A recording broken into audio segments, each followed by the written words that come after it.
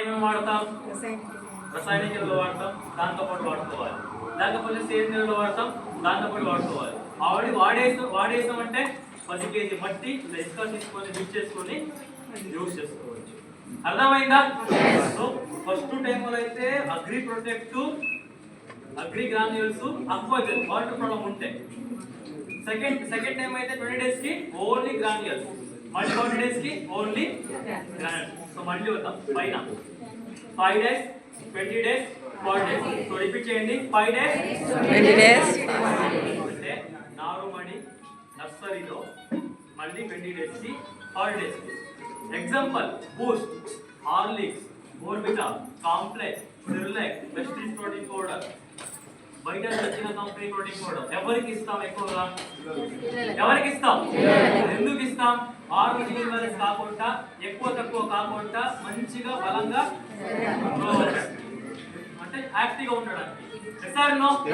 So అలాగే చిన్న చిన్న మొక్కలు స్ట్రాంగ్ గా ఎదగడానికి, మంచిగా చిగురు రావడానికి, పిలుకలు రావడానికి, మొక్కలు హైట్గా ఉండడానికి, ఆకులు పచ్చగా ఉండడానికి, ఆకులు మందలి పెరగడానికి agri gold, agri unique, agri eighty ఈ 3 ప్రోడక్ట్స్ మనం 5 days కి, 20 days కి, 40 days. ఎప్పుడెప్పుడు 5 days, 20 days, 40 days. అంటే మినిమం 2 times కూడా చాలు. అది సిచ్యువేషన్ బట్టి 3 times మనం డిసైడ్ అవ్వాలి. డెవలప్మెంట్ తక్కువ ఉంటే 3 times, లేదు అంటే 2 times.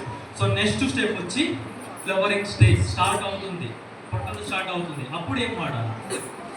Agri mass, agri nanotech. ఏం వాడాలి? Agri mass, agri nanotech. అందరూ కూడా నోట్ చేసుకోండి. వెస్టేజ్లో ఉన్న ప్రొడక్ట్స్, లిక్విడ్లో ఉన్నవన్నీ కూడా 2 ml, గ్రామ్స్లో ఉన్నవి కూడా 2 grams. బట్ దాంట్లో ఒకటి మాత్రం 0.5 ml మాత్రం వాడాలి. అగ్రి 82, అగ్రి 82 మాత్రం 0.5 ml. మిగతా అన్ని ప్రొడక్ట్స్ కూడా 2 grams, 2 ml. సో 0 days ఏం వాడాలా? ఫస్ట్ స్టెప్ సీడ్ ట్రీట్మెంట్ ఏం వాడాలి? సీడ్ ట్రీట్మెంట్ విత్తన శుద్ధికి ఏం వాడాలి?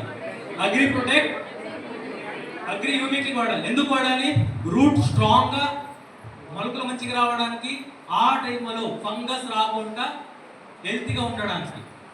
మళ్ళీ 0 days కి ఏం వాడాలి? దుక్కిలో గ్రాన్యువల్స్, ప్రొటెక్ట్, అక్వాజల్.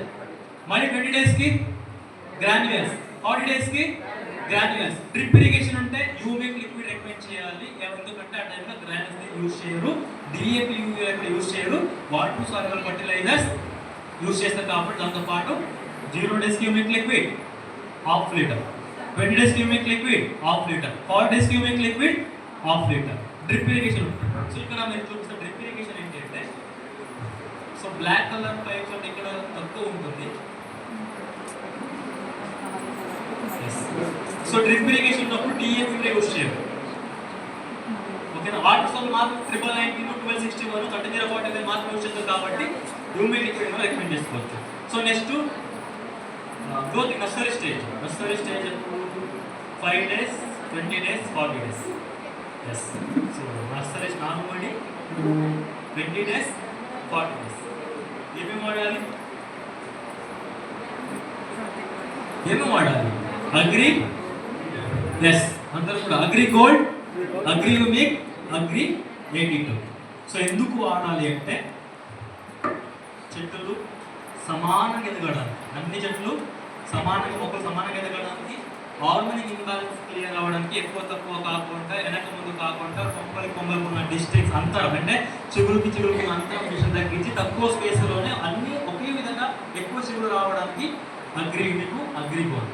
ఆకులో మందం పెరగడానికి, అలాగే ఆకులు పచ్చగా ఉండడానికి, జీవక్రియలు జరగడానికి, కిరణజన సంపద ఎక్కువ జరగడానికి. అలాగే సో ఇక్కడ ఏంటంటే ప్రోటీన్స్, విటమిన్స్, అమినోస్, గ్రోత్ హార్మోన్స్ ఏంటంటే ఆ గ్రోత్ని ప్రమోట్ చేస్తుంది. క్లియర్ అయిందా? సో మళ్ళీ మనం నెక్స్ట్ ఫ్లవరింగ్ స్టేజ్. సో ఇక్కడ ఏం చేస్తాం? Agri 82, agri gold, agri unique liquid మనం సో 5 days కి, 20 days కి, 40 days కి స్ప్రే చేసుకుంటాం. So next agri protect. ఒకసారి సీడ్ ట్రీట్మెంట్ యూజ్ చేస్తాం. సో మళ్ళీ ఎప్పుడు యూజ్ చేయాలంటే అగ్గి తెగులు, మచ్చ తెగులు, ఎండిపోవడం, కుదిపోవడం, ఇంటి తెగులు. సో ఇక్కడ మీరు చూస్తే బూడు తెగులు, డౌన్ని, నల్లమస్ తెగులు, ఎర్రమస్ తెగులు, ఆకులు ఎండిపోవడం, కాయలు కుళ్ళిపోవడం. సో ఆకులు కాలిపోతుంటుంది, చెట్టు కూడా మొక్కలు ఎండిపోతుంది. పీకి చూస్తే వేర్లు కుళ్ళిపోతుంది. ఇక్కడ మీరు చూడొచ్చు పత్తిలో ఆకు మచ్చ తెగులు, కాయలు కుళ్ళిపోవడం, వేరుశనగ శిలీంధ్రం ఎక్కడెక్కడ ఉంటుందో చెప్పిన నేను.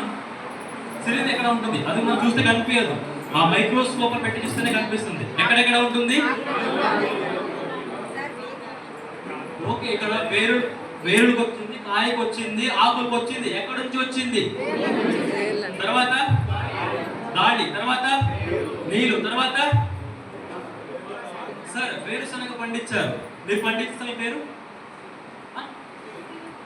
అసలు వేరుశనగ పండించారు, తెగులు వచ్చి మచ్చ తెగులు వచ్చింది, స్ప్రే చేశారు, కంట్రోల్ అయింది. దాన్ని మళ్ళీ ఏం చేస్తారు? మార్కెట్లో అమ్ముతారు, మనందరూ కొనుక్కున్నాం, మనందరూ కూడా మన పొలంలో యూజ్ చేస్తాం. మా పొలంలో ఏమైంది? కలుపు మొక్కలు ఎక్కువైంది, వాటర్ ఎక్కువైంది, టెంపరేచర్ ఎక్కువైంది, డిస్టెన్స్ అంతరం తక్కువ మెయింటైన్ చేస్తాం, పంట మార్పిడి చేయలేదు. అటువంటి సందర్భంలో ఆ ఫంగస్ అనేది ఆటోమేటిక్గా సీడోలో ఫంగస్ మన భూమిలో కూడా గ్రో అయిపోయింది. సో ఇక్కడ అందరూ కూడా మనం సఫర్ అవుతున్నామా? ఎందుకు సఫర్ అవుతున్నాం? ఎందుకు మనందరం ఎందుకు సఫర్ అవుతున్నాం ప్రెసెంట్? ఎందుకు? సో ఒకటే ప్లేస్ లో ఎక్కువ మంది ఉన్నాం కాబట్టి మనకి ఆక్సిజన్ దొరకడం లేదు.